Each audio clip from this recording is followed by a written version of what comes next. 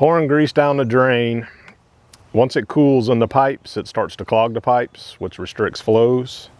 Those clogs can break free and they get into the lift stations. And when they get in the lift stations, it'll coagulate in there and cause our floats and other various equipment not to function properly, which can cause SSOs, sanitary sewer overflows.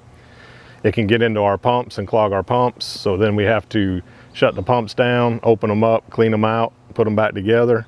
It can get into our check valves and cause them to clog or to stay open or closed. Then we have to clean those out. It just causes various mechanical issues and drives our costs to operate up. So we have preventative maintenance measures that we take that are time-based to try to keep the wells clean, keep the equipment clean and functioning properly. But because of wet wipes, fogs, fats, oils, and greases, tampon applicators, prophylactics, hair, various other things that are flushed down the toilet end up in the sewer system. It gets in the pipes and it causes clogs there. Then water sewer construction has to come out and clean the pipes. They're on a time schedule to clean so many miles of pipes every year, but with the added debris, that means they have to do more, which costs more. All that stuff is budgeted for. When it gets into the lift stations, we have to call out vac trucks, big vacuum trucks, and they go and they pull all that debris and stuff out of the wet wells so that we can get it out of the sewer system altogether. Because once it gets in the lift station and it gets pumped out, it goes to the next lift station. And then it goes to another lift station. And it just keeps going until it gets to the 2 wastewater plants. Once it gets to the wastewater plants, then the wastewater plants have to deal with it. And it messes up their equipment as well. So they have to do extra maintenance.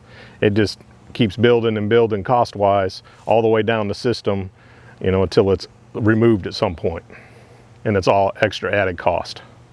They're labeled flushable, but if you take a close look at a wipe and a piece of toilet paper, the wipe is way more dense and way more thick than a piece of toilet paper. Toilet paper will break down and dissolve in the sewage.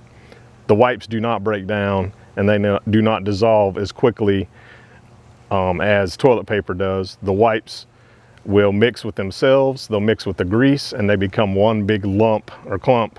And then that clump gets stuck somewhere in a pipe, or it gets into our pumps and it blocks everything. The pumps cannot pump efficiently, which then of course drives up our maintenance costs, and it also drives up our electrical costs too at the pump stations, because now the pumps are working harder, the motors are working harder, and they're pulling more electricity. In the last 5 to 10 years, the quantity of wet wipes or flushable wipes, the amount of non-flushable debris has greatly increased. Fats, oils, and greases, the quantity that's put down drains has greatly increased, which has greatly increased our man hours, our maintenance costs. We have to modify pumps and buy extra equipment for the pumps so that they can pass the non-flushable items. It's becoming more and more, which is driving up our cost to operate and maintain, which eventually is going to have to be passed on to the customer. And when I was coming up, we always took our grease and we dumped it in plastic bags like a Food Lion or Walmart bag or an old Crisco can or some disposable container, and we wiped the pan out with paper towel once we got most of the grease out. So the more you can get into the trash and it goes to the landfill, the better off the sewer collection system is going to be.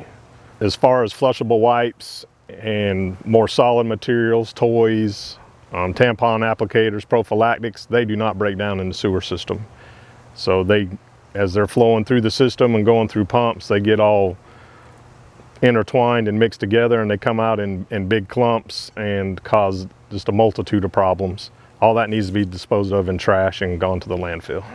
Customers can do their part to keep it out of the pipes and out of our lift stations and out of our wastewater treatment plants and keep costs down, which ultimately it keeps the customer's costs down.